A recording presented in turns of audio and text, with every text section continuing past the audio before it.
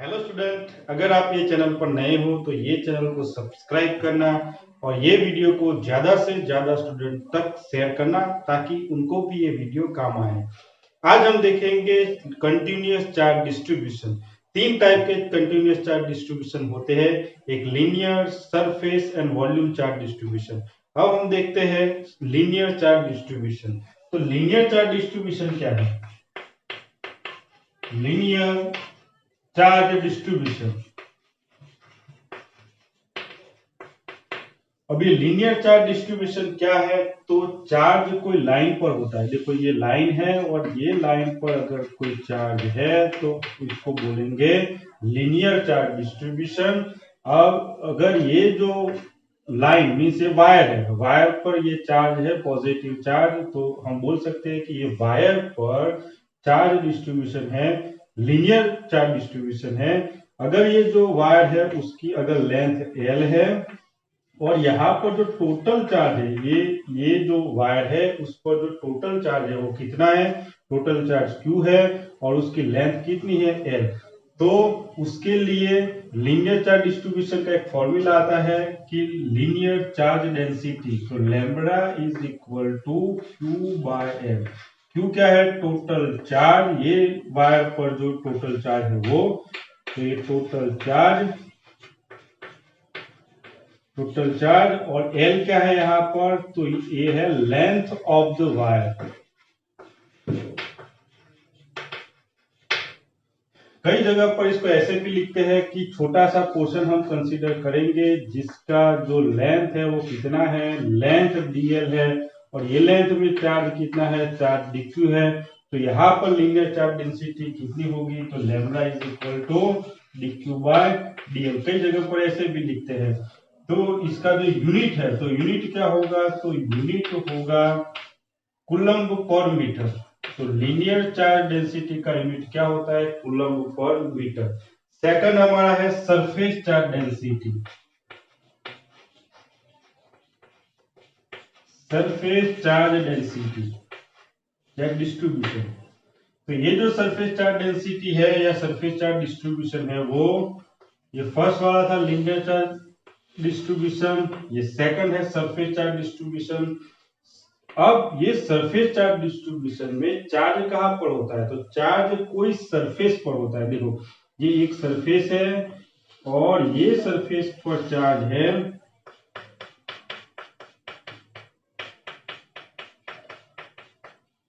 तो इसको हम बोलेंगे ये सरफेस पर कौन सा डिस्ट्रीब्यूशन है? सरफेस चार्ज डिस्ट्रीब्यूशन है। मान लो ये जो चार्ज है टोटल चार्ज कितना है? Q, और ये सरफेस एरिया कितना है? तो सरफेस एरिया A है। तो इसके लिए सरफेस चार्ज डेंसिटी हम लिख सकते हैं sigma is equal to Q by A। कई जगह पर आप एक की जगह पर S भी लिखते हैं। अगर हम ये छोटा सा पोर्शन कंसीडर कर ले तो छोटा सा पोर्शन में चार्ज कितना है? तो ये पोर्शन में चार्ज dq है और ये जो एरिया है कितना है? ds है या dA, जो भी आपको लेना है ले सकते हो। तो उसके लिए आप लिख सकते हो sigma is equal to dq by ds। तो यूनिट क्या होगा सरफेस चार्ज डेंसिटी का? तो वो होगा यूनिट है कूलम्ब पर मीटर स्क्वायर। तो सरफेस चार्ज डेंसिटी का यूनिट क्या है? कूलम्ब पर मीटर स्क्वायर। यहाँ पर सिग्मा क्या है लिख सकते हैं हम, सरफेस चार्ज डेंसिटी।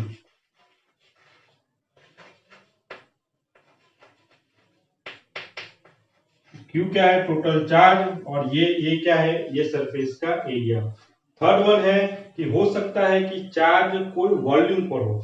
तो वॉल्यूम पर अगर चार्ज है तो उसके लिए आती है वॉल्यूम चार्ज डेंसिटी या volume charge distribution. Volume charge distribution. तो ये जो चार्ज है वो एक वॉल्यूम पर है। मान लो ये वॉल्यूम है और ये वॉल्यूम पर चार्ज है।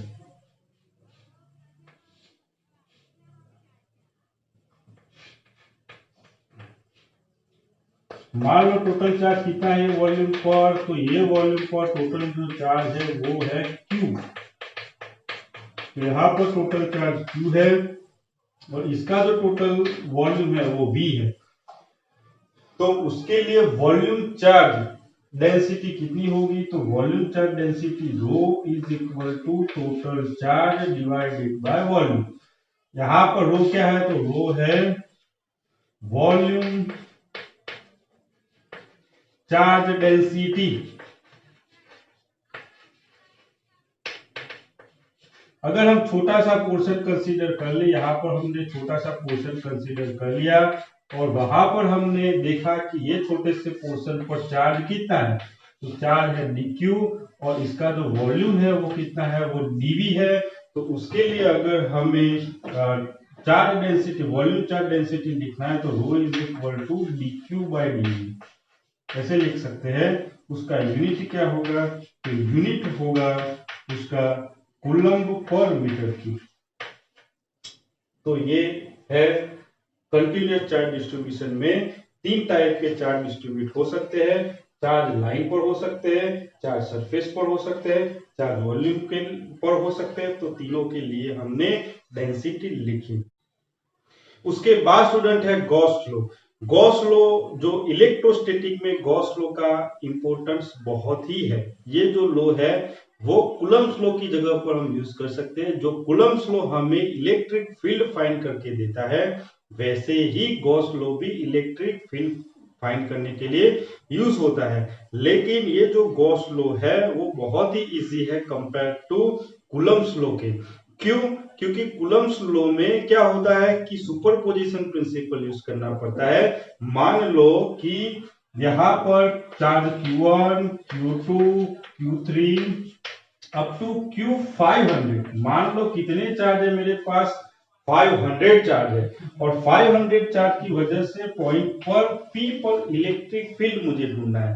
तो हम कैसे करते हैं कूलम्ब्स लॉ में? तो देखो कूलम्ब्स लॉ में हम सुपरपोजिशन प्रिंसिपल यूज करते हैं कि ये चार्ज की वजह से यहाँ पर फील्ड E1, ये चार्ज की वजह से यहाँ पर फील्ड है वो E2, ये चार्ज की वजह से यहाँ पर जो फील्ड है वो E3, ये चार्ज ये चार्ज की वजह से ये पॉइंट पर जो फील्ड है वो E500। तो ऐसे हम यहाँ पर हम सुपरपोजिशन प्रिंसिपल यूज करते हैं। कैसे? देखो अब टोटल फील्ड, ये पॉइंट पर टोटल फील्ड कितना हुआ? तो E इज इक्वल टू हुआ E1 plus E2 plus up to E500। तो देखो ये तो थोड़ा कैलकुलेशन थोड़ा मीन्स थोड़ा डिफिकल्ट है। क्यों? क्योंकि ये सारे चार्ज यहाँ पर तो मैंने 500 लिए, हो सकते 5000 5 लाख चार्ज हो। तो ये चार्ज की वजह से यहाँ पर सबका एडिशन करना इतना आसान नहीं होता है। इसीलिए हम क्या करते हैं, उसके रिप्लेस में मींस किसके रिप्लेस में? कूलम्ब्स लॉ के रिप्लेस में हम एक लॉ यूज करते हैं जो गॉस लॉ है। लेकिन यहाँ पर गॉस लॉ में कुछ सिमेट्री चाहिए। अगर कोई सिमेट्री है, आगे हमने देखा लीनियर जो डिस्ट्रीब्यूशन था, सरफेस चार्ज डिस्ट्रीब्यूशन था, वॉल्यूम चार्ज डिस्ट्रीब्यूशन था, ऐसा ही कोई सिमेट्री होती है तो वहां पर गॉस लॉ यूज करके और वो सिमेट्री की वजह से इलेक्ट्रिक फील्ड हम फाइंड कर सकते हैं। तो आइए देखते हैं गॉस लॉ क्या है। यहाँ पर एक चार्ज है, मान लो यहाँ पर एक चार्ज Q है और ये जो चार्ज है उसको मैंने एक स्फीयर के सेंटर में रखा है। देखो एक स्फीयर है तो यहाँ पर लिख सकता हूं स्फीयर। ये क्या है? स्फीयर है। और ये क्या है? चार्ज है। स्फीयर में मैंने किसको रखा है? चार्ज। और ये जो स्फीयर की जो रेडियस है वो कितनी है? तो स्फीयर की रेडियस है r है। तो यहां पर मैं वर्ड में लिख सकता हूं कि द चार्ज, कौन सा चार्ज? तो the charge Q अनक्लोज्ड by the sphere, ये स्फीयर से क्लोज हुआ है, हैविंग रेडियस कितनी है? ये स्फीयर की रेडियस, तो हैविंग रेडियस r। अब हम क्या करना चाहते हैं? तो इसमें से मीन्स ये जो स्फीयर है वो स्फीयर में से पास होने वाला फ्लक्स ढूंढना चाहते हैं। तो कैसे लिखेंगे? देखो तो द फ्लक्स पासिंग थ्रू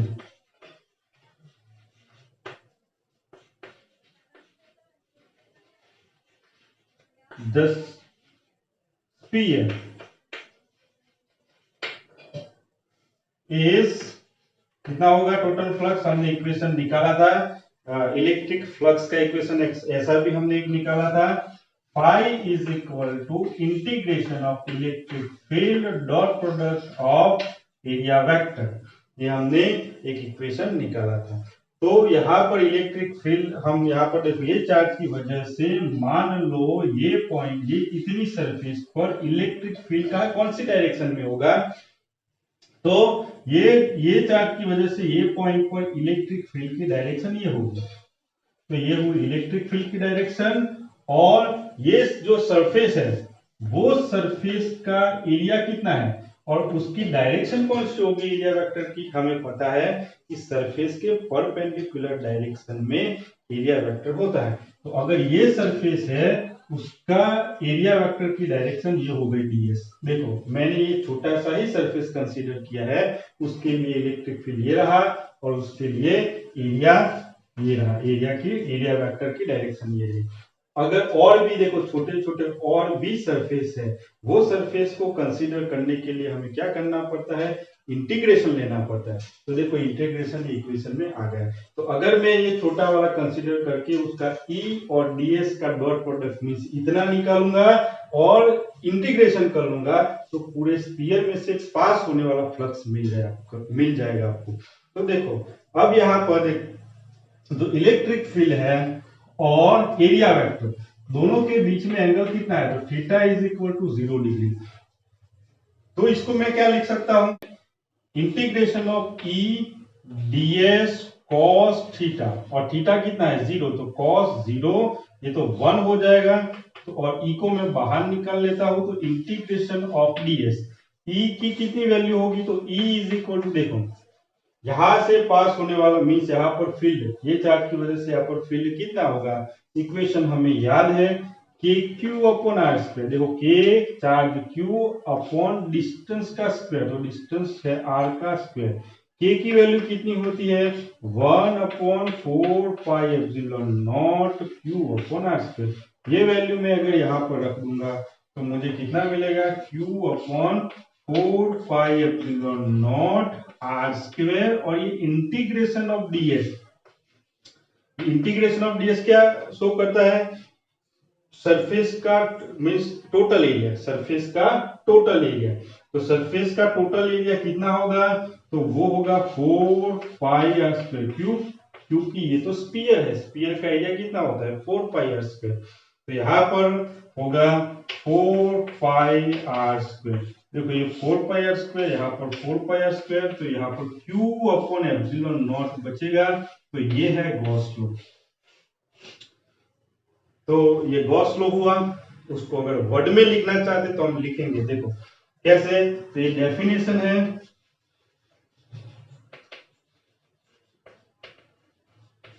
तो द टोटल फ्लक्स, ये टोटल फ्लक्स किस में से पास हो रहा है, तो ये टोटल फ्लक्स ये सरफेस में से पास हो रहा है, क्योंकि चार्ज यहाँ पर है, तो चार्ज जो फ्लक्स आएगा वो ये सरफेस में से बाहर निकलेगा ना। तो यहाँ पर लिखूंगा, ये यहाँ ये इक्वेशन को देखो और हम डेफिनेशन बनाते हैं, the total flux passing through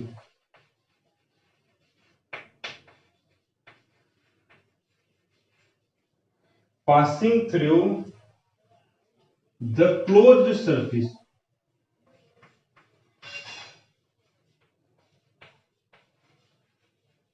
देखो फ्लक्स किसमें से पास हो रहा है, क्लोज सरफेस में से। तो यहाँ पर लिखा है वो फ्लक्स किसके बराबर होता है, तो वो फ्लक्स बराबर होता है is equal to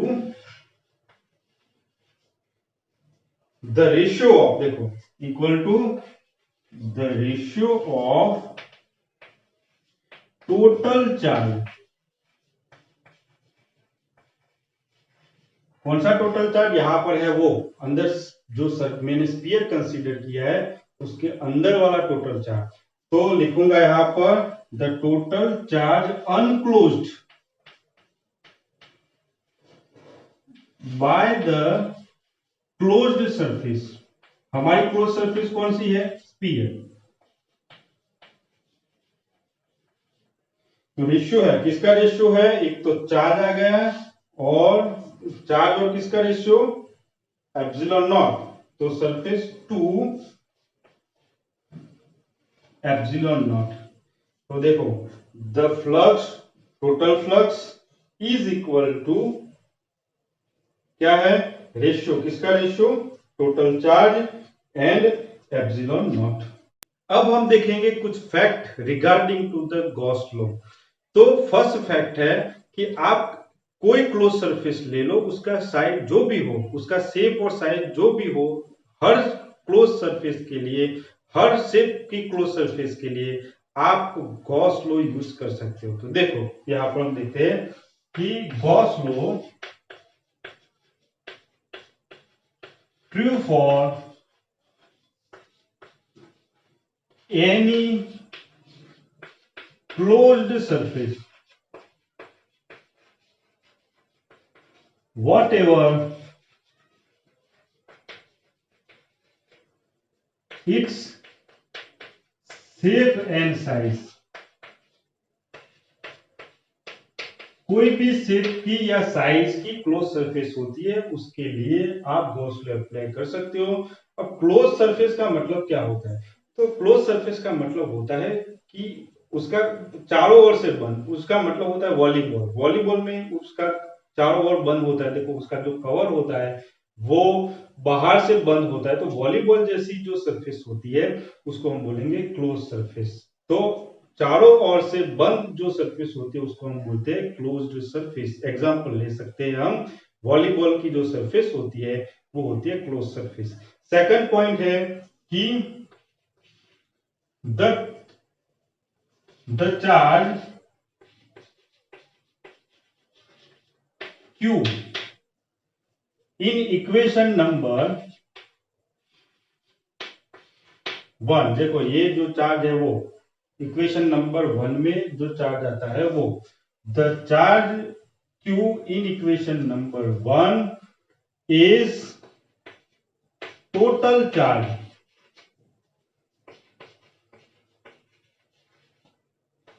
unclosed by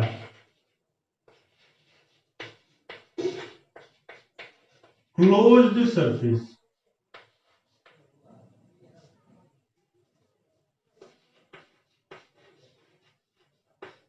देखो यहां पर जो चार्ज है इक्वेशन नंबर 1 में, यहां पर लिख सकते हो द चार्ज, यहां पर साइड में मैं लिख रहा हूं इन इक्वेशन नंबर 1 मीन्स कहां पर है वो? तो राइट हैंड साइड जो है वो, तो राइट साइड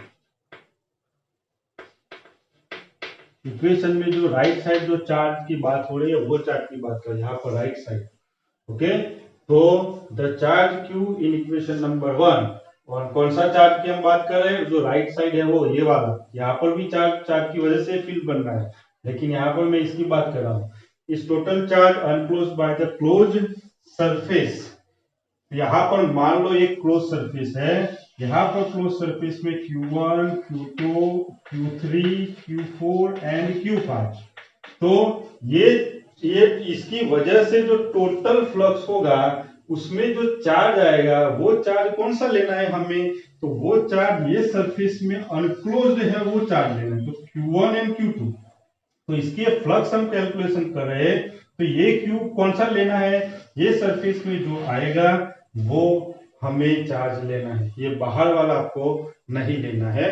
किसमें, किसकी कैलकुलेशन में? ये चार्ज की कैलकुलेशन में। या आप आराम से ये सुनना और समझना। अब देखो यहाँ पर सेकंड, ये सेकंड का फर्स्ट पॉइंट था, सेकंड पॉइंट। अब the electric field,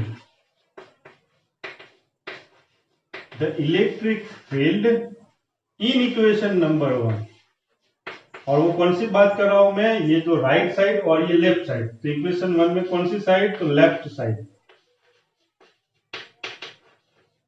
left side की मैं बात कर रहा हूं। तो जो इलेक्ट्रिक फील्ड इक्वेशन में जो लेफ्ट हैंड साइड है इसकी बात कर रहा हूं, इज ड्यू टू, देखो ये इलेक्ट्रिक फील्ड इक्वेशन नंबर 1 में आ रहा है और इक्वेशन नंबर 1 में लेफ्ट हैंड साइड की बात कर रहा हूं।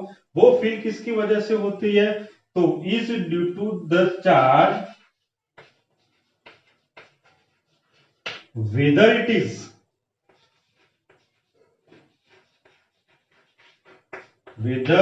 is inside or outside the closed surface। देखो यहां पर अगर आप इलेक्ट्रिक फील्ड कैलकुलेट कर रहे हो, इलेक्ट्रिक फील्ड कैलकुलेट कर रहे हो, तो इलेक्ट्रिक फील्ड में आपको टोटल चार्ज लेना है, वो चाहे क्लोज सरफेस के अंदर हो या क्लोज सरफेस के बाहर हो। यहाँ पर मैंने लिखा है, आप अगर इलेक्ट्रिक फील्ड कैलकुलेट कर रहे हो तो सरफेस के अंदर वाला चार्ज भी लेना है और सरफेस के बाहर वाला भी चार्ज आपको लेना है। ये हमारा था सेकंड पॉइंट। थर्ड पॉइंट है कि the surface used to apply Gauss law।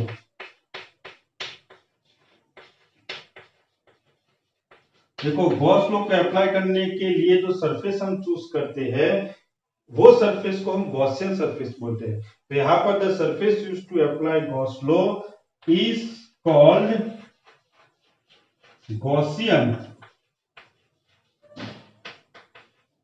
Surface. तो गॉस लॉ के यूज करने के लिए जो सरफेस होगी वो होगी गॉसियन सरफेस। अगर ये सरफेस हम लेंगे और यहां से ये सरफेस में से ये phi is equal to Q by epsilon not हम वो यूज करके उसमें से पास होने वाला फ्लक्स निकालेंगे, तो ये सरफेस हमारे लिए क्या हो जाएगी, गॉसियन सरफेस हो जाएगी। फोर्थ पॉइंट है the Gauss law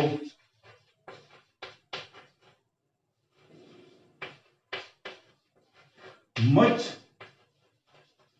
easier to calculate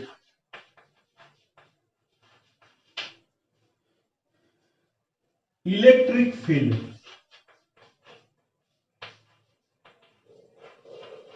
when system has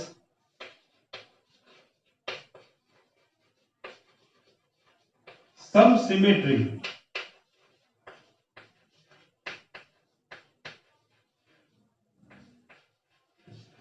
देखो ये अगर कोई सिस्टम है, वो सिस्टम के पास कुछ सिमेट्री है, तो वो सिमेट्री वाले सिस्टम को पर हम गॉस लॉ यूज करके उसका इलेक्ट्रिक फील्ड बहुत आसान तरीके से हम ढूंढ सकते हैं।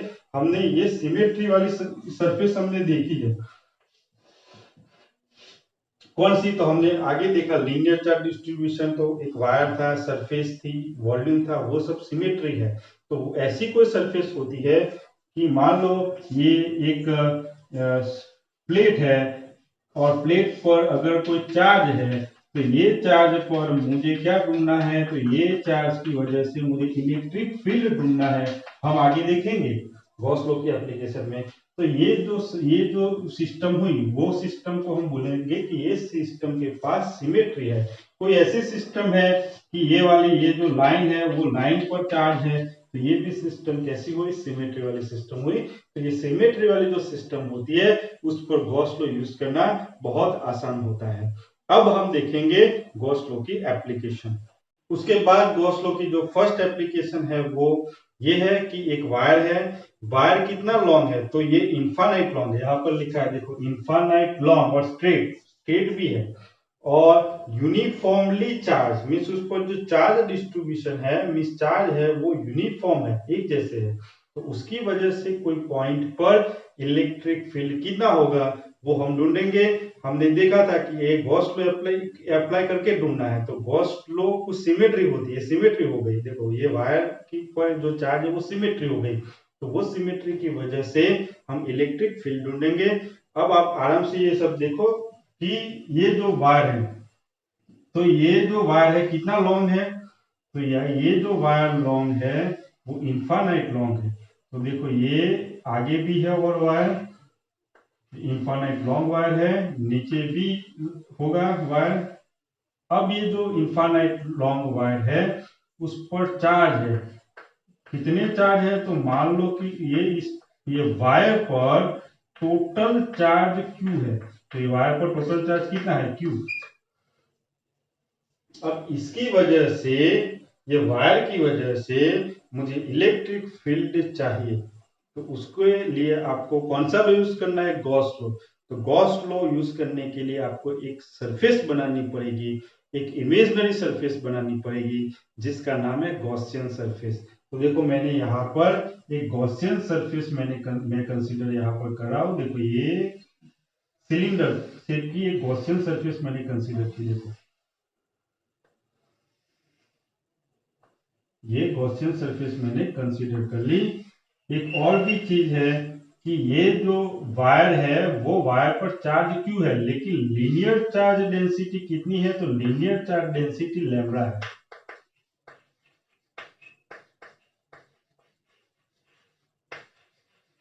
अब ये पता है आपको लीनियर चार्ज डेंसिटी क्या है, चार्ज पर लेंथ, वो क्या होता है, लीनियर चार्ज डेंसिटी। तो ये वायर पर लीनियर चार्ज डेंसिटी लैम्ब्डा है, टोटल चार्ज Q है। अब इसकी वजह से मुझे इलेक्ट्रिक फील्ड ढूंढना था, इसीलिए एक सरफेस कंसीडर की। ये कैसी सरफेस है, तो गॉसियन सरफेस है ये, तो गॉसियन सरफेस है ये। और ये जो गॉसियन सरफेस, मुझे कहां पर इलेक्ट्रिक फील्ड ढूंढना है, तो ये पॉइंट पर ढूंढना है। देखो ये पॉइंट पर, P पॉइंट पर। तो वो देखो गॉसियन सरफेस आपको ऐसी बनानी है कि वो P पॉइंट को कवर करे। देखो ये P पॉइंट में से पास होनी चाहिए ऐसी। तो ये पॉइंट P को कंसीडर करते हुए मैंने गॉसियन सरफेस बनाई है। तो ये जो डिस्टेंस है वो कितना है, तो ये जो डिस्टेंस है वो R है। तो गॉसियन, ये जो वायर है, वायर के परपेंडिकुलर डिस्टेंस पर एक पॉइंट P है, वहां पर मुझे क्या ढूंढना है, ये पॉइंट पर इलेक्ट्रिक फील्ड ढूंढना है। कौन सी लॉ यूज करके ढूंढना है, मुझे गॉस लॉ यूज करके ढूंढना है। उसके लिए मैंने यहाँ पर देखो, मैंने एक सिलेंडर जो सरफेस होती है वो कंसीडर किया जिसका नाम है गॉसियन सरफेस। ओके, अब यहाँ पर ये जो कुछ फैक्ट है मैं यहाँ पर लिख लेता हूं कि here the wire means कौन सा वायर, the infinite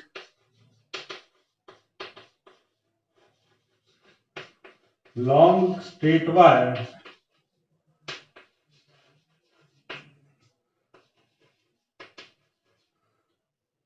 तो straight uniformly charged wire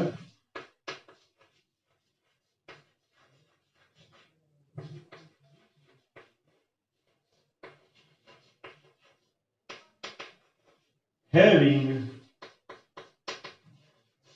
linear charge density कितनी है, तो लीनियर चार्ज डेंसिटी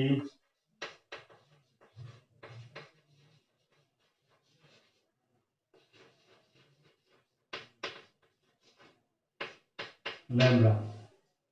तो यहाँ पर एक वायर कंसीडर किया है जिसके पास लीनियर चार्ज डेंसिटी कितनी है, लैम्ब्डा है। ओके, वो वायर को तो हमने देख लिया। अब मुझे क्या क्या करना है, मुझे इलेक्ट्रिक फील्ड ढूंढना है। कहां पर, तो मुझे पॉइंट P पर। तो सेकंड पॉइंट यहां पर लिखना पड़ेगा, the point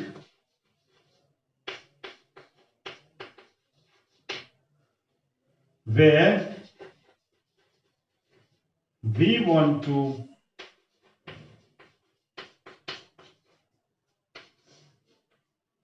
find the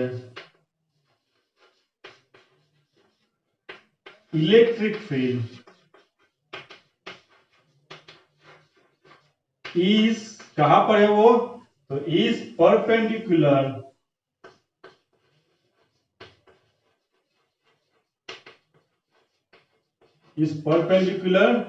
distance, कितने डिस्टेंस पर है, R from the wire, wire से परपेंडिकुलर डिस्टेंस पर है। ओके, तो द पॉइंट P लिख सकते हैं आप। वो भी हमने देख लिया कि हम यहाँ पर इलेक्ट्रिक फील्ड ढूंढना चाहते हैं। और एक पॉइंट है कि इलेक्ट्रिक फील्ड ढूंढने के लिए आपको क्या चाहिए, तो गॉसियन सरफेस चाहिए। तो ये जो गॉसियन सरफेस आप लिख सकते हो, कंसीडर गॉसियन सरफेस, कौन से शेप की है ये गॉसियन सरफेस? सिलिंडरिकल। तो ये सिलिंड्रिकल गॉसियन सरफेस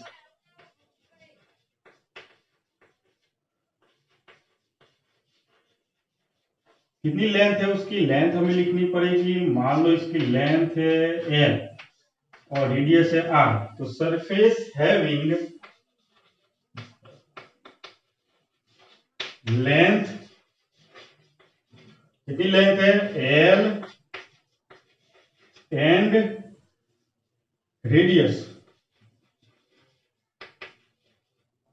आर। तो ये पॉइंट आपको कोई भी थियरी के लिए चाहिए, मैं यहाँ पर पूरा क्यों लिख रहा हूँ, क्योंकि आप नोट कर पाओ कि आप थियरी अगर आपको यहाँ से नोट करनी है तो आप नोट कर सकते हो। ये कोई भी थियरी के लिए इतने पॉइंट बहुत ही इंपॉर्टेंट होते हैं। अब हम क्या करना चाहते हैं, हम गॉस लॉ यूज करना चाहते हैं, तो हम यूज करेंगे यूजिंग द गॉस लॉ। तो यहाँ पर क्या करना पड़ेगा, सरफेस, देखो यहाँ पर 3 सरफेस है, देखो ये वाली सरफेस हम कंसीडर करेंगे जिसका नाम है सरफेस नंबर 1। दूसरी टाइप की सरफेस कहां पर दिख रही है, देखो ये यहाँ पर देखो, ये सिलेंडर है, यहाँ पर जो मैंने कंसीडर किया है वो सिलिंडरिकल गॉसियन सरफेस। यहाँ पर एक सरफेस है ऊपर वाली, दूसरी सरफेस है नीचे वाली, और बाकी की ये जो साइड में है, ये साइड वाली जो सरफेस है वो, तो यहाँ पर टोटल सरफेस कितनी होती है, एक ये वाली, ये ऐसी सरफेस, दूसरी ऐसी सरफेस, तीसरी ये वाली सरफेस। तो यहाँ पर तीनों सरफेस हम कंसीडर करेंगे और तीनों सरफेस का फ्लक्स हम ढूंढेंगे, सबका एडिशन करेंगे तो टोटल फ्लक्स हमें मिल जाएगा, और वो फ्लक्स से हम फील्ड भी ढूंढ पाएंगे। देखो तो ये सरफेस ऊपर वाली सरफेस 1, ये नीचे वाली सरफेस, तो ये जो सरफेस है वो सरफेस 2, और ये साइड वाली, ये जो साइड वाली जो सरफेस है ये पूरी चारों ओर, तो ये जो सरफेस है ये ऐसे पूरी जो सरफेस है वो होगी सरफेस नंबर 3। तो तीनों के लिए मुझे फ्लक्स ढूंढना पड़ेगा, इसका मैं फ्लक्स φ1 लूंगा, इसका φ2 लूंगा, इसका φ3 लूंगा। यहाँ पर देखो और एक चीज कि देखो इलेक्ट्रिक फील्ड कहां पर होता है, तो इलेक्ट्रिक फील्ड होता है वायर का, और वायर का इलेक्ट्रिक फील्ड होता है वायर से परपेंडिकुलर डिस्टेंस पर।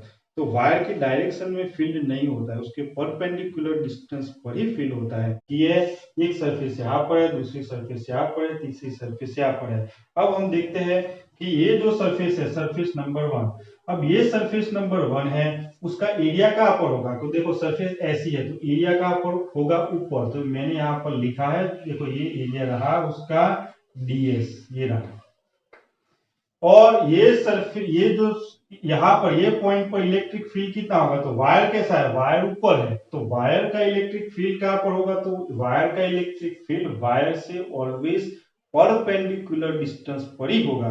तो आप ये भी ले सकते हो, ये भी ले सकते हो, कोई भी एक डायरेक्शन का फील्ड ले लो। तो देखो ये वायर से परपेंडिकुलर ऐसा होता है, तो ये पॉइंट पर फील्ड होगा ये वाली डायरेक्शन में। तो देखो ds और E के बीच में एंगल कितना बन रहा है, 90 डिग्री। देखो सेकंड सरफेस से मैं ले रहा हूं तो सरफेस ऐसी है, तो उसका एरिया कहां पर होगा, एरिया डाउन में होगा। देखो मैंने यहाँ पर लिखा है ds, और फील्ड कहां पर होगा, तो वायर ऐसा है, देखो ये लॉन्ग वायर है, वो वायर ऐसा है, तो उसका फील्ड तो परपेंडिकुलर डिस्टेंस पर होता है, तो ये वायर से परपेंडिकुलर ये होगा। तो यहाँ पर भी देखो एंगल कितना हुआ, 90 डिग्री, और ये उसका फील्ड हुआ। अब हम तीसरा पॉइंट देखेंगे, तीसरा पॉइंट मीन्स ये वाला। तो यहाँ पर जो है वो ये चार्ज का इलेक्ट्रिक फील्ड तो ये रहा, और ये जो सरफेस है ये वाली सरफेस, वो सरफेस ऐसी सरफेस है सिलेंडर की, तो उसका एरिया वेक्टर भी वही डायरेक्शन में होगा जो इलेक्ट्रिक फील्ड की डायरेक्शन है। तो देखो यहाँ पर इलेक्ट्रिक फील्ड की डायरेक्शन और एरिया वेक्टर की डायरेक्शन एक ही है, इसीलिए थीटा इज इक्वल टू कितना हो गया, 0 डिग्री। अब हम देखेंगे कि ये सिलेंडर में से टोटल फ्लक्स कितना है, तो टोटल फ्लक्स passing through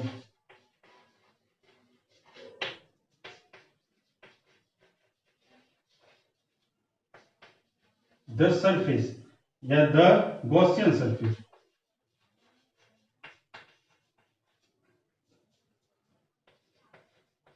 कितनी सरफेस हमने कंसीडर की, यहाँ पर 3 सरफेस है हमारे पास। एक सरफेस नंबर 1 है, तो सरफेस 1 में से पास होने वाला फ्लक्स, तो सरफेस नंबर 1 उसमें से पास होने वाला फ्लक्स का फॉर्मूला क्या है, तो flux is equal to E ds cos theta. और cos थीटा में सरफेस 1 में थीटा कितना है, तो सरफेस 1 ये रही, सरफेस 2 यहाँ पर है, सरफेस 3 ये वाली है बाकी की। तो सरफेस 1 में एंगल कितना है, 90 डिग्री। तो सरफेस 1 में ये जो एंगल है वो 90 डिग्री है, तो 90 डिग्री होगा, तो यहाँ पर cos 90 मीन 0 हो गया, तो यहाँ से पास होने वाला फ्लक्स कितना होगा, 0। सेम गॉसियन सरफेस में मींस जो मैंने सरफेस नंबर 2 दिया है, कहाँ पर है ये सरफेस नंबर 2, ये रही देखो, यहाँ पर ds यहाँ पर है, ई यहाँ पर है, एंगल 90 बन रहा है, तो वहां पर भी flux phi is equal to क्या होगा, ई ds cos 90। तो उसमें से जो फ्लक्स पास होता है वो 0 हो जाएगा, क्यों, क्योंकि cos 90 इज इक्वल टू क्या होता है, 0। थर्ड जो सरफेस है, तो सरफेस नंबर 3 कहां पर है, सरफेस नंबर 3, तो सरफेस नंबर मान लो ये सिलेंडर है, तो सरफेस 1 ऊपर, सरफेस 2 नीचे और सरफेस 3 यहाँ पर है। तो वहां पर जो सरफेस 3 है उसके लिए फ्लक्स कितना होगा, तो 5 is equal to E ds cos 0। देखो यहाँ पर इलेक्ट्रिक फील्ड की डायरेक्शन, और जो मैंने सरफेस ये है, सरफेस मान लो ये सरफेस है, तो इलेक्ट्रिक फील्ड भी डायरेक्शन वही, और ये सरफेस के परपेंडिकुलर जो कंपोनेंट होता है वैसी उसकी डायरेक्शन भी वही होगी। तो थीटा इज इक्वल टू 0, तो फ्लक्स मिलेगा phi is equal to E ds only.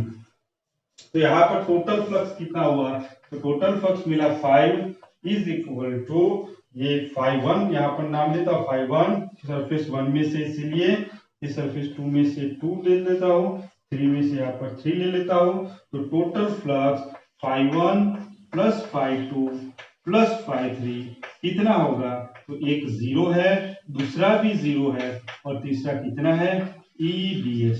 तो फ्लक्स 5 इक्वल टू मुझे कितना मिला, ई ds। देखो ये इक्वेशन को कुछ नाम देते हैं, इक्वेशन नंबर 1। अब यहां पर देखो,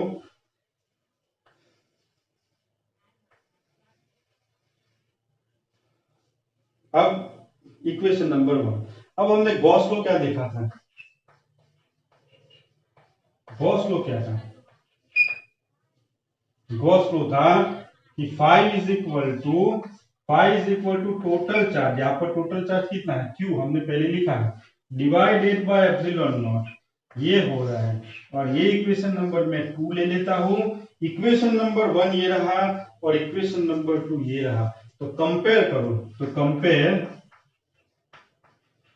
equation number 1 and equation number 2, तो क्या मिलेगा, फ्लक्स ये epsilon ds is equal to ये फ्लक्स के बराबर ये flux means q upon epsilon not.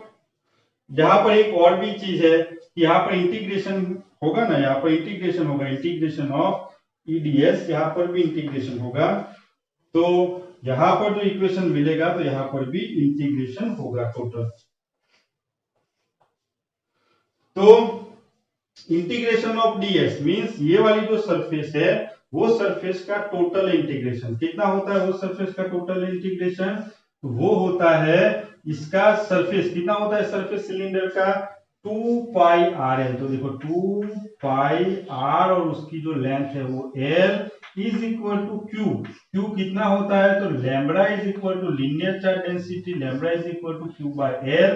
तो Q is equal to lambda into L, तो ये क्यू की जगह पर मैं लैम्ब्डा इंटू एल लिख ले रहा हूँ, ये epsilon not L L cancel हो गया, तो मुझे कितना मिला, E इज इक्वल टू, तो E इज इक्वल टू मुझे मिलता है lambda upon 2 pi R epsilon not. तो ये रहा, ये वायर की वजह से मिलने वाला टोटल इलेक्ट्रिक फील्ड। अगर उसको वेक्टर फॉर्म में लिखना चाहते हो तो वेक्टर फॉर्म में कैसे लिख सकते हैं, यहाँ पर वेक्टर दे दो, तो इन वेक्टर फॉर्म क्या हो जाएगा ये वेक्टर फॉर्म में, तो vector E is equal to lambda upon 2 pi R epsilon not into unit vector. Student आज हम यहाँ तक ही रखेंगे। अगर आपको ये वीडियो अच्छा लगा हो तो आप ये वीडियो को लाइक और कमेंट जरूर करना, ज्यादा से ज्यादा स्टूडेंट तक ये वीडियो को पहुंचाना। लास्ट में thank you for watching such video.